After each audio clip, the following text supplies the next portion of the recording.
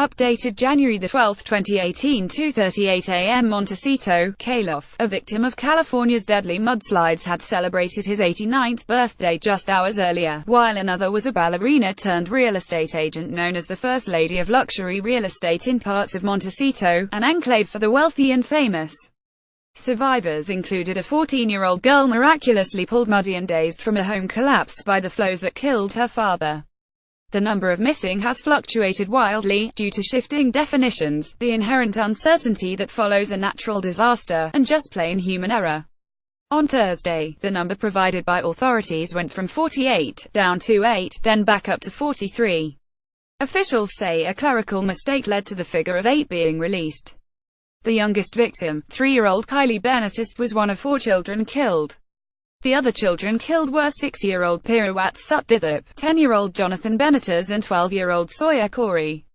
As the names and those of 14 other victims were released Thursday, crews kept digging through the muck and rubble looking for more people. At this moment, we are still looking for live victims, Santa Barbara Fire Captain Gary Pitney said. But he confessed, the likelihood is increasing that we'll be finding bodies, not survivors. You have to start accepting the reality of that. As authorities looked for victims and residents took stock of the devastation Thursday, some were left to wonder how they survived when neighbors didn't. Here are some of their stories. Jim and Alice Mitchell had been married for more than 50 years and had just celebrated Jim's 89th birthday when they were swept away along with their beloved dog Gigi. Jim, who worked in labor relations, and Alice, a schoolteacher, had raised their 2 children in Southern California's Orange County before moving to Montecito in 1995 after retiring. They're an adorable couple, and they were in love with their house, the daughter, Kailly Benitez, said Wednesday before learning they had died. She last spoke to them Monday when she called to wish her father a happy birthday. The couple had planned to stay in the night of the storm and have a quiet dinner. Their grandson had taken them out to celebrate the day before.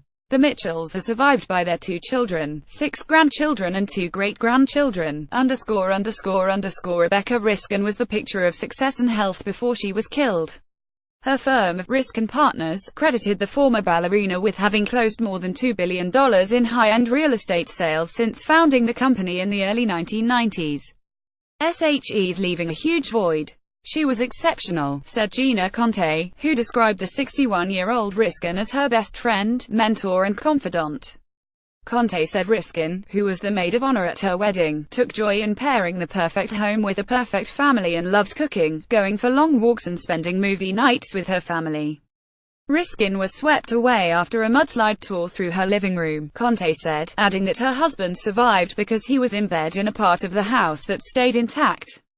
Her body was found Wednesday near a highway. Riskin Partners spokeswoman Erin Lammers said Riskin was a member of the American Ballet Theatre in New York before an injury cut short her dancing career. She returned to her hometown of Los Angeles in 1979, where she began selling high-end real estate on the city's west side. She moved to Montecito in the early 1990s. Riskin is survived by her husband, 2 grown children and a grandson, ____. Lauren Canton, 14, became the face of survival when rescuers pulled the mud-covered girl from her flattened home earlier this week. Authorities said her 49-year-old father, David, died and her 16-year-old brother, Jack, is missing. NeoTract, a maker of devices used in the medical field of urology, launched a fundraising page Wednesday, asking for financial support for the family of Canton's mother, Kim, a marketing executive for the company. In its first hours, IFA surpassed its goal of $20,000. It took firefighters hours to dig Lauren out of the mud that destroyed her home. I thought I was dead for a minute, she told them before an ambulance took her away, ____. Drive. Mark Montgomery and his 22-year-old daughter, Caroline, were among those killed in the disaster. Mark Montgomery was a member of the Santa Barbara College Hospital medical staff. Hospital spokeswoman Maria Zart says Montgomery was an orthopedic surgeon with a subspecialty in hand surgery. The 54-year-old graduated from Princeton University and Columbia University Medical School. No information was immediately available about his daughter, ___. The hammering rain was terrifying enough, but when David Wynett saw the house across the street erupt in flames fueled by a severed gas line, he knew it was time to abandon his Montecito home. Load up the car, get the dogs, we're out of here, the 58-year-old shopping center developer says he told his wife. Unfortunately, there was no place to go. A police officer told him mudslides had already blocked all the roads out of town. After driving for a few minutes, he realized the officer was right and went home. There he saw mudslides enveloping his street. The winds were just crazy.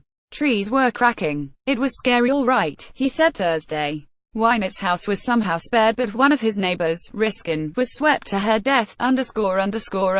Josephine Josie Gower, who also died in the Montecito mudslides, was celebrated by family as a woman who loved and embraced life for each one of her 69 years. I have never met anyone quite like her and never will again, her daughter-in-law Sarah Gower wrote on Facebook after authorities confirmed Gower was one of 17 people killed by mudslides.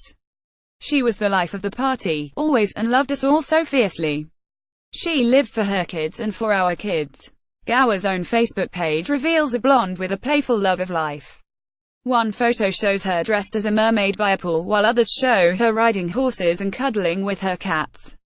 A bundle of fun, her daughter-in-law said. She was just simply the most loving, cheerful, beautiful, strong, independent force. We will miss her so.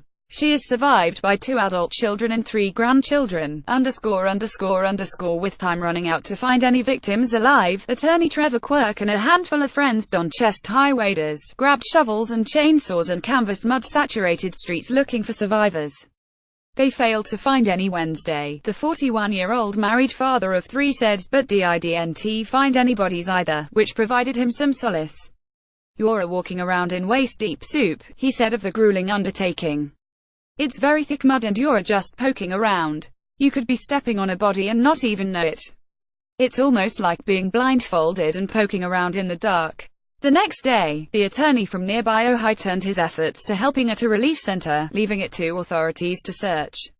At this moment we are still looking for live victims, Santa Barbara Fire Captain Gary Pitney said Thursday, but he added that the likelihood is increasing that we'll be finding bodies, not survivors, for a time during the deadly storm. 81-year-old Paula McDonald was one of the missing, without electricity, a cell phone service, and unable to reach her children to say she was all right.